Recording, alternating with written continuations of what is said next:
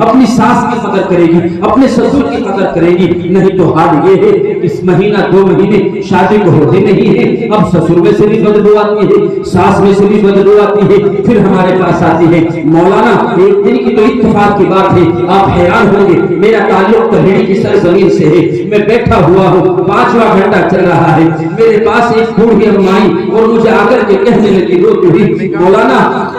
میری جو بیوی آئی ہے, میرے بچے کی جو چھوٹی بیوی آئی ہے وہ اچھی نہیں ہے, وہ میری فرما برداری نہیں کرتی ہے, اس کی جو تعویذ بنا دو. میں نے کہا کہ تعویذ تو نہیں بناتا میں, مگر دعا کر دوں گا. 1-1.5 گھنٹے کے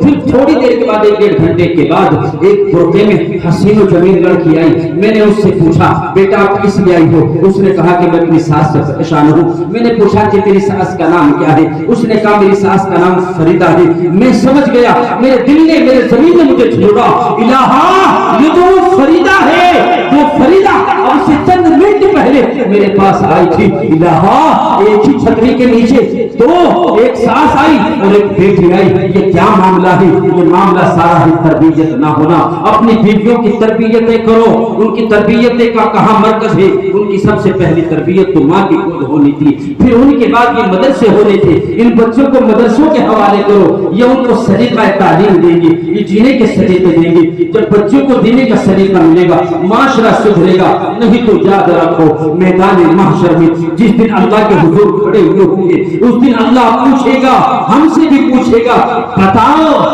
اے میرے بندو میں نے تمہیں قرآن کا علم دیا تھا, اس کا پیغام تم نے کہاں تک پہنچایا؟ اور تم سے بھی میرا اللہ پوچھے گا, بتاؤ میرے بندو کیا میں نے تمہارے درمیان اپنے مخصوص بندوں کو, اپنے علماء کو, قرآن کے حافظوں کو, قرآن کے عالموں کو, مفسروں کو, خطیبوں کو اور نہ جانے کیسے کیسے لوگوں کو تمہارے پاس بھیجا؟ کیا تم نے ان کی باتوں کو نہیں سنا ہے؟ کیا تم تک ہمارا پیغام نہیں پہنچائے؟ یاد رکھو اگر نہ پیغام سن کر کے عمل میں اپنی زندگی کے اندر عمل میں لائے تو پھر اللہ کے یہاں دوزخ کا انتظام ہے. اور دوزخ بہت بری جگہ ہے, ایسی بری جگہ ہے کہ جس آگ کا ایندھن صرف انسان ہوگا, اس میں انسانوں کو جلایا جائے گا. یاد رکھیے اگر دوزخ سے بچنا چاہتے ہو تو علماء کے قدموں میں آ جاؤ, ان کے کندھوں سے کندھا ملا کر کے چلنا شروع کر دو, ان کے پیروں میں آؤ اور ان کے پاس آؤ, اپنے جینے کے طریقے کو سیکھو. اور دوسری بات عرض یہ کر دوں, جو مدرسوں کو لوگ دکان کہتے ہیں, گلی گلی چوراہوں پر یہ ذکر ہوتا ہے کہ مدارس بہت کھل گئے ہیں. ایک بات بتاؤ بھائی جان, آپ بیٹھے دعا ہوگی, آپ اندر آ جائیں, آپ اندر آ جائیں, بھائی جو سامنے کھڑے ہیں آپ اندر آ جائیں, دعا ہوگی, آپ آگے آ جائیں. بس آپ سے مجھے اتنی دیر ہوگی بات کرتے ہوئے ایک سوال پورے پتھر گڑھ کے لوگوں سے مجھے کرنا ہے. گڑی بیسک, اچھا میرے ذہن میں گڑی پتھر ہے, یہ گڑی بیسک کے لوگوں سے مجھے ایک سوال کرنا ہے, اور اس سوال کا جواب اگر تم نے دیا تو میں سمجھوں گا کہ تم صحیح ہو, اور اگر تم نے جواب نہ دیا تو پھر یہ صحیح ہے, یہ مدارس والے صحیح ہے. ایک بات بتاؤ, ہر جگہ آج کے دور میں یہ ذکر ہوتا ہے کہ نہیں ہوتا ہے کہ مدرسے بہت ہو گئے؟ سچ بتاؤ ہوتا نہیں کہ ہوتا ہے؟ بہت مدرسے ہو گئے جی, چاروں طرف جلسے ہو رہے جی, کہاں کہاں جائے, کہاں کہاں جائے, ہر گلی میں مدرسہ, ہر نکڑ پہ مدرسہ. گڑی بیسک کے مسلمانوں کی آبادی کتنی ہے بتا سکتے ہیں؟ پردھان جو سیاسی سے تعلق رکھتے ہیں کتنی ووٹ ہے مسلمانوں کی بتا سکتے ہیں؟ 4500. بس یہیں سے میرا سوال اور جواب ختم ہوگا. میں ہندوستان کی بات نہیں کروں گا, کیونکہ اگر ہندوستان کی بات پہ آ گیا تو وقت بہت چاہیے, مگر اتنا بتا دوں کہ اب سے پہلے ہندوستان کی تاریخ میں دہلی شہر میں ہزاروں مدارس موجود تھے, مگر جب انہوں نے اپنے علماء کی ناقدری کی, قرآن کی ناقدری کی, تو پھر اللہ کا وہ لہر دل کے اوپر آیا کہ دیکھتے ہی دیکھتے ہزاروں مدرسوں کے اوپر اللہ نے بلڈوزر چلوایا. پوچھ لینا بات, 4500 لوگوں کی آبادی ہے. بس میرا سوال ہے اور اس کا آپ جواب چھوٹے سے جواب دیں. 4500 ووٹ ہے, 4500 میں تقریباً 2000 مرد ہوں گے, 1000 بچے نکال دو, 2000 عورتیں نکال دو, یا یوں کہیے کہ 4000 3000 کی آبادی ہے, 1500 کو ختم کر دیں. ان 1500 کی آبادی میں کتنے حافظ گڑی بیسک میں؟ بس یہاں سے اندازہ ہو جائے گا کہ مدرسے زیادہ ہی یا تھوڑے ہیں. چلیے ان 1500 کو چھوڑ دیجئے, ایک سوال اس سے بھی چھوٹا کرتا ہوں، جن محلوں میں آپ رہتے ہیں، جہاں آپ کا گھر ہے، اپنے گھر کے آپ 20 گھر آگے چلے، 20 گھر پیچھے چلے، 20 گھر دائیں جانب لے، 20 گھر بائیں جانب لے، اور مجھے بتائیں کہ کتنے حافظ تمہیں ان 80 گھروں میں ملیں گے؟ کتنے ملیں گے؟ اللہ والا آپ گھڑی دے سکتے ہیں؟ گھڑی دے سکتے ہیں؟ کتنے حافظ آپ کے آس پاس ہیں بتا سکتے ہیں؟ 1 2 اللہ ماشاءاللہ 80 گھروں میں 5 7 10 پورے گاؤں میں اگر ہم جائزہ لیں تو زیادہ سے زیادہ 50 حافظ ہو سکتے ہیں، بس زیادہ سے زیادہ۔ اور پھر کہہ رہے ہیں کہ مدرسے بہت زیادہ ہو گئے ہیں۔ 2005 میں سچر کمیٹی کی رپورٹ موجود ہے، اٹھا کر کے دیکھ لینا، وزیر داخلہ منموہن سنگھ موجود تھے، انہوں نے یہ اندازہ لگایا کہ مسلمانوں کی تعلیم کو دیکھیں کہ کہاں تک ہے، اور جب سچر کمیٹی کی رپورٹ آئی تو معلوم یہ ہوا کہ مسلمانوں میں تعلیمی جو فیصد ہے وہ 4% ہے، اور 4% جو تعلیم حاصل کر رہے ہیں وہ غریب طبقے کے لوگ ہیں، اور وہ غریب طبقے کے وہ لوگ ہیں جن کے بچے یا تو مدرسوں میں پڑھ رہے ہیں یا پھر سرکاری اسکولوں میں پڑھ رہے ہیں۔ ان 4% کا بھی عالم یہ منموہن سنگھ جی کی رپورٹ کہتی ہے، میں نہیں کہتا ہوں، یہ سچر کمیٹی ہندوستان کی رپورٹ کہتی ہے۔ تعجب ہے، حافظ ہمارے پاس نہیں ہے، عالم ہمارے پاس نہیں ہے، اس کے باوجود بھی مدرسے بہت زیادہ ہے، مدرسے زیادہ نہیں ہے۔ سچ بات تو یہ ہے کہ حق بات کڑوی لگتی ہے، مدرسے تھوڑے ہیں۔ آپ کہیں یہ مولانا مدرسے والا ہے، اپنے مطلب کی کہہ رہا ہے، میں اپنے مطلب کی نہیں کہہ رہا ہوں، میں تمہارے مطلب کی کہہ رہا ہوں۔ ایک گھر سے اگر ہاتھ اٹھواؤں تو 10 گھروں کے بعد جا کے ایک حافظ ملے گا، ورنہ حال تو یہ ہونا چاہیے تھا کہ اس 4500 کی آبادی میں تقریباً 400 حافظ ہوتے، جب ہوتا کہ ہاں مدرسے زیادہ ہے، جب معلوم ہوتا کہ مدارس زیادہ ہے۔ اس لیے خدا را ان مدرسوں کو دیکھو، یہ مدارسوں کا جو جال ہے ان علماء نے جو بچھایا ہے، معلوم ہے کیوں بچھایا ہے؟ اگر یہ مدارسوں کا جال اس امت مسلمہ کو نہ دیا جاتا، ان بچوں کو نہ دیا جاتا، ان نونہالوں کو نہ دیا جاتا، خدا کی قسم اگر اجازت دو تو کہوں، اگر یہ مدارس تمہارے تانے سن کر کے، تمہارے لان تان سن کر کے، تمہاری کڑوی کسیدی باتیں سن کر کے ان کو تالا لگا کے گھروں میں بیٹھ جائیں تو کچھ دنوں کی بات دیکھ لینا، تم تجربہ کر لینا کہ ہمارے قوم کے مسلمان بچے اور بچیاں کہیں آج جو سجدہ اللہ کے حضور کرتے ہیں، مجھے ڈر لگتا ہے یہ آج کہتے ہوئے کہیں گھنٹیاں اور کہیں بتوں کے سامنے سجدہ کرتے ہوئے نظر نہ آئے۔ اور ہے آئے دن سوشل میڈیا پہ دیکھ لینا، آئے مہینے ایسے واقعات ملتے ہیں کہ مسلمان کی بیٹی ہے، مسلمان کی بیٹی ہے اور وہ کسی غیر لڑکی کے ساتھ نکاح کر رہی ہے، پھیر رہی ہے۔ اس کی وجہ ایک مہنگائی ہے، اور مہنگائی کی وجہ اس کی غربت ہے، اور اس کی غربت کی وجہ یہ ہے کہ تم امیر بنے ہوئے بیٹھے ہو، تمہیں ہمت نہیں ہوتی ہے کہ غریب کی بیٹی کی شادی کا انتظام کرو۔ اس لیے ضرورت ہے کہ ان مدارسوں کا خیال رکھا جائے، ان میں پڑھنے والوں کا خیال رکھا جائے، ان میں پڑھانے والوں کا خیال رکھا جائے۔ جو یہ بچے میرے سامنے بیٹھے ہیں، آپ بہت دیر سے دیکھ رہے ہوں گے، ان کے سروں کے اوپر پگڑیاں ہیں۔ اللہ میدان محشر میں بھی ان کو بلائے گا، ان کو ہی نہیں ان کے والدین کو بلائے گا۔ اللہ کہے گا اے میرے بندو آؤ، اے میرے حافظو آؤ، تمہارے سینے میں میرا کلام ہے، آج میں تمہاری عظمت، تمہاری قدر و منزلت لوگوں کو بتا دینا چاہتا ہوں۔ اللہ نوری فرشتوں کو بلائیں گے اور کہیں گے اے میرے نوری فرشتوں، جن کے والدین کے سروں کے اوپر تاج رکھو۔ لوگ پوچھیں گے اتنی حسین و جمیل، اتنے خوبصورت تاج ان کے سروں کے اوپر کیوں ہے؟ بتانے والے بتائیں گے کہ یار ان کے بچے دنیا میں حافظ قرآن ہوئے تھے، پھر حافظوں کو بلائیں گے کہ حافظو آؤ، ہم نے تم سے کوئی وعدہ کیا تھا۔ یہ حافظ کہیں گے اللہ ہمیں تو اتنا معلوم ہے، ہم نے اپنے علماء کی زبانی سنا تھا کہ جو بچے حافظ قرآن ہو جاتے ہیں اللہ اس کے 10 گھر کے لوگوں کو جنت میں داخلہ دیں گے اور ان کو جنت میں بھیجیں گے جن کے اوپر دوزخ واجب ہو چکی ہوگی، جن کا اعلان دوزخ میں جانے کا ہو چکا ہوگا۔ الہ العالمین ہم آپ کے عدل کے انتظار میں ہیں۔ اللہ فرمائیں گے اے میرے معصوم بندو آؤ، میں تمہیں اجازت دیتا ہوں، اب تم 10 آدمیوں کو نکالو۔ ان 10 آدمیوں کے اوپر جب نظر پڑے گی اس میں کوئی اس کا تایا ہوگا، کوئی چچا ہوگا، کوئی ماموں ہوگا، کوئی نانا ہوگا، کوئی پھوپھا ہوگا، کوئی خالو ہوگا، کوئی بھائی ہوگا،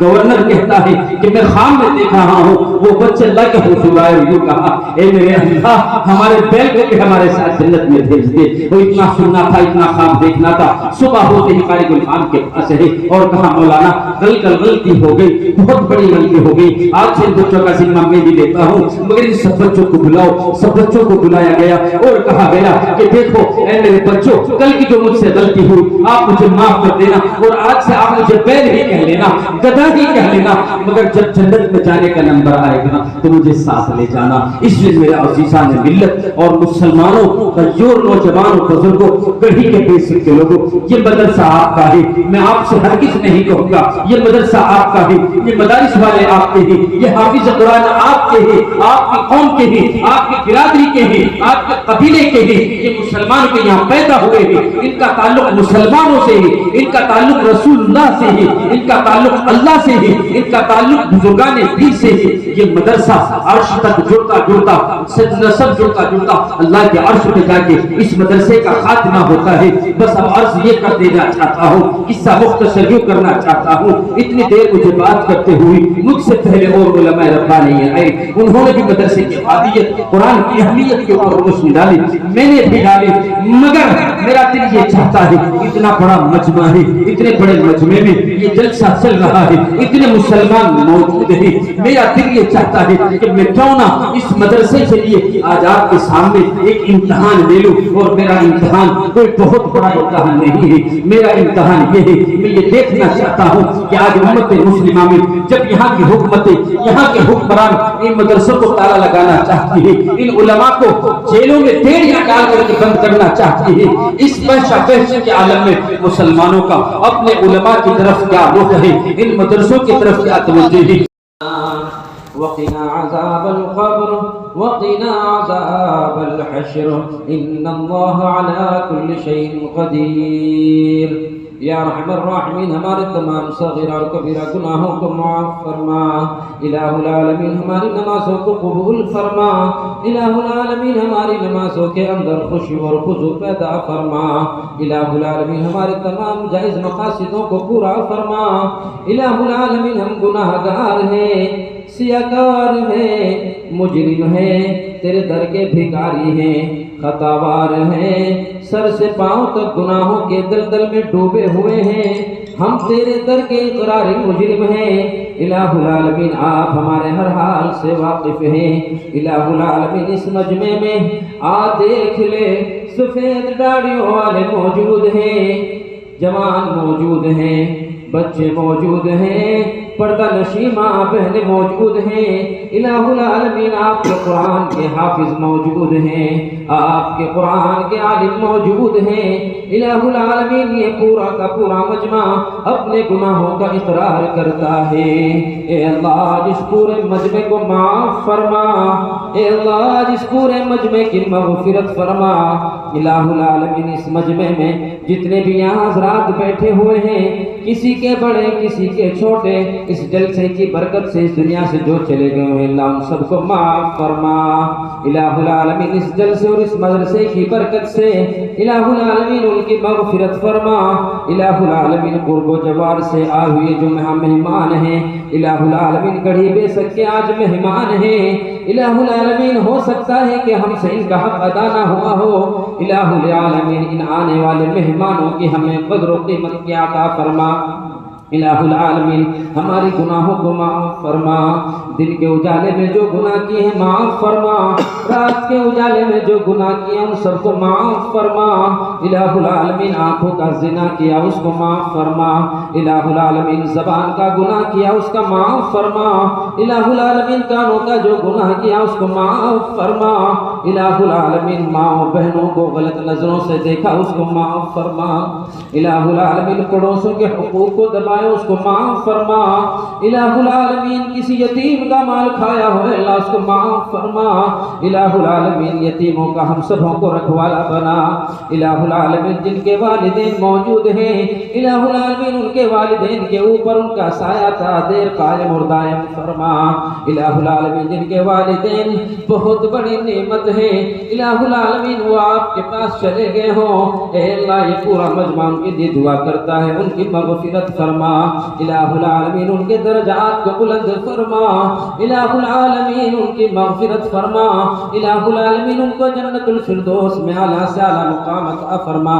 الہ العالمین، اس مدرسے کو آج اتنا بڑا مجمع موجود ہے الہ العالمین ان کے آنے کی برکت سے اس مدرسے کو دین دوگنی رات چوگنی ترقی عطا فرما الہ العالمین، یہاں کے معتمد قاری گلفام صاحب، یہاں کے مدرسین مولانا احسان صاحب اور دیگر ملازمین و اراکین اے اللہ جو اس کام کو لے کر کھڑے ہوئے ہیں اے اللہ ان کی نسلوں کی حفاظت فرما اے اللہ ان کو ہر ایک طریقے سے محفوظ فرما اے اللہ یہ سارا کا سارا مجمع اپنی نظر کو جھکائے اپنے سینوں کو جھکائے اپنی نگاہ کو جھکائے آپ کے سامنے ہاتھ پھیلائے ہوئے بیٹھا ہے اے اللہ آج ہماری جھولیوں میں اپنی رحمت نازل فرما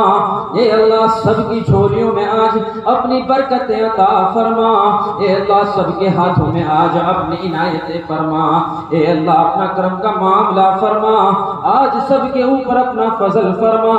اے اللہ آپ کے در کے علاوہ کوئی در ایسا نہیں جہاں ہم جھک سکیں اے اللہ آپ کے علاوہ کسی کو معبود نہیں سمجھ سکتے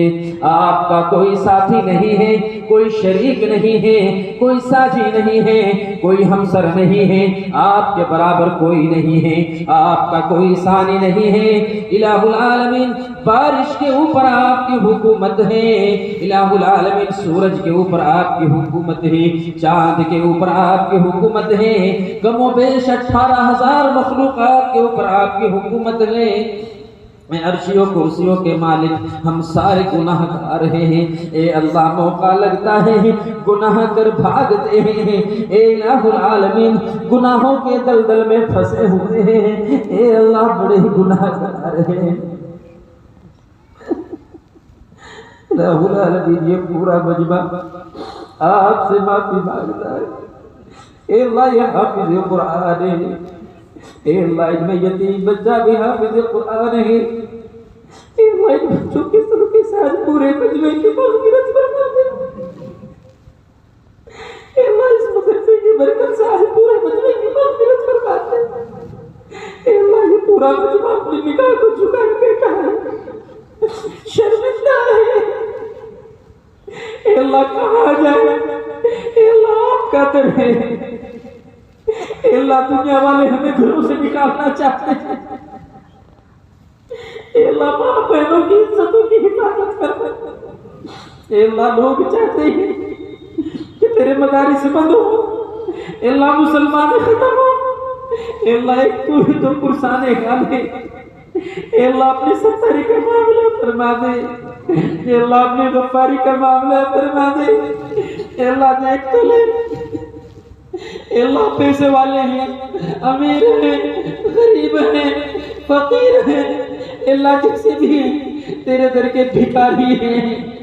اے اللہ تجھ سے مانگ رہے ہیں اے اللہ یہ سارا مجمع تجھ سے مانگ رہا ہے اے اللہ تو ہمیں معافی عطا فرما دے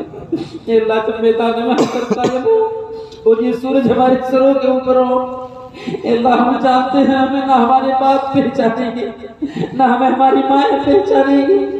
اے اللہ ہر شخص نفس نفسی پکار رہا ہوگا الہ العالمین اس وقت تو اپنا عرش کا سایہ نصیب فرما دے اے اللہ ہماری مغفرتوں کے فیصلے فرما دینا اے اللہ جب تو جنتوں کے لیے حکم کر رہا ہو اے اللہ ہمارے اعمال نامے بھی جنتوں میں عطا فرما دینا الہ العالمین یہ مجمع اس مدرسے میں آنے سے پہلے ہم میں سے بہت لوگ زانی تھے جو زنا کر رہے تھے اے اللہ بہت لوگ ایسے تھے جو چوریاں کر رہے تھے اے اللہ مگر ان کو بھی امید ہے اے اللہ جو زانی ہے جو زنا کرتا ہے وہ بھی جانتا ہے کہ اللہ معاف فرماتا ہے اور آپ نے فرمایا اے میرے معصوم بندے جب تو گناہ کرتا کرتا تھک جائے، تیرے گناہ اتنے ہو جائے کہ تجھے لگنے لگے کہ تیرے گناہ آسمانوں تک پہنچ چکے ہیں، اے میرے بندے تو مجھے ایک مرتبہ یاد کر لینا۔ اے میرے اللہ، ہم آپ کو 100 بار یاد کر رہے ہیں، لے میرے بندہ، اے میرے اللہ، ہم تیرے سارے بندے تیرے دربار میں آ گئے ہیں، اے اللہ ہمیں معاف فرما دے، اے اللہ اس پورے مجمع کی مغفرت فرما دے، اے اللہ جن کے گھروں میں جوان بہنیں بیٹھی ہوئی ہیں، اے اللہ رشتوں کی انتظام نہیں ہے، اے اللہ کمزور ہے، غریب ہے، اے اللہ ہماری ماؤں بہنوں کے رشتوں کے انتظام پیدا فرما دے، اے اللہ جن کی اولادیں نافرمان ہیں، اے اللہ ان کی اولادوں کو فرما برداری کرنے کی توفیق عطا فرما دے، اے اللہ جن لوگوں نے اس مدرسے میں آج تعاون کیا ہے، اے اللہ جنہوں نے آج دیا ہے یا مجھ سے پہلے دیا ہے، اے اللہ یہ مسلمان ہیں، اے اللہ اپنی محنت سے گاڑی کمائی ان مدرسوں کو دیتے ہیں، اے اللہ ان کے دینے کو قبول فرما لے، اے اللہ اس مدرسے کو بہارے عطا فرما دے، اے اللہ اس مدرسے سے آئے دیکھ حافظ قرآن پیدا فرما دے، اے اللہ یہاں کے استاذوں کی عمر میں برکت عطا فرما دے، اے اللہ گڑھی پیسر کے یہ لوگ ہیں، مہمانان رسول کی جو خدمت کر رہے ہیں، اے اللہ میرے دل سے دعا نکلتی ہے، اے اللہ ان کی مہمان نوازی کو قبول فرما لے، اے اللہ جب آپ پکاریں گے آؤ لوگو جنتی آؤ، او لوگو دوزخی یہاں سے دور ہو جاؤ، اے اللہ آپ فرمائیں گے وَامْتَازُوا الْيَوْمَ أَيُّهَا الْمُجْرِمُونَ، او لوگو آج او مجرموں آج الگ ہو جاؤ، اے میرے اللہ ہمیں مجرموں والی لائن میں نہ کھڑا کرنا، اے اللہ ہم جو تیرے نبی کے مہمانوں کی پرورش کر رہے ہیں، ان کی دیکھ بھال کر رہے ہیں، ان کے کھانے کا انتظام کر رہے ہیں، اے اللہ اس امید پہ ہیں، اے اللہ کب تو آپ کے سامنے جب ہم پہنچیں گے، اے اللہ ہمارے پاس ہمارے لیے اس وقت اپنا ستاری کا معاملہ فرما دینا، اے اللہ جتنے گڑھی پیسر کے مرد حضرات عورتیں حضرات اس دنیا سے چلی گئی ہوں، اے اللہ تمام کی مغفرت فرما دینا، اے اللہ جتنے حضرات علاقے سے یہاں جلسے میں آئے ہوئے ہیں، ان کی بستیوں میں سے، ان کے رشتہ داروں میں سے، ان کے محلوں میں سے، ان کے خاندانوں میں سے، ان کے تعلقات میں سے اگر کوئی چلا گیا ہو، اے اللہ یہ پورا مجمع دعا کرتا ہے، اے اللہ ان سب کی مغفرت فرما دینا، اے اللہ جتنے حضرات یہاں بیٹھے ہوئے ہیں دل میں نامعلوم اے اللہ کون سی جائز مقاصد لے کے بیٹھے ہیں، اے اللہ کوئی اپنے قرض سے پریشان ہے، کوئی بیماری سے پریشان ہے، اللہ کوئی بیٹے بیٹیوں کے رشتوں کے لیے پریشان ہیں، اے اللہ سب کے دلوں کے جائز مقاصدوں کو پورا فرما دے، اللہ رب العزت ہماری تمام دعاؤں کو اللہ قبول فرما لینا، اے اللہ ہم دعا کرتے ہیں جو ہم نے مانگا ہے اے اللہ ہمیں وہ بھی عطا فرما دینا، جو مانگنے سے رہ گیا ہو اے اللہ وہ بھی عطا فرما دینا، اے اللہ ہماری تمام دعاؤں کو پیارے حبیب حضرت محمد مصطفیٰ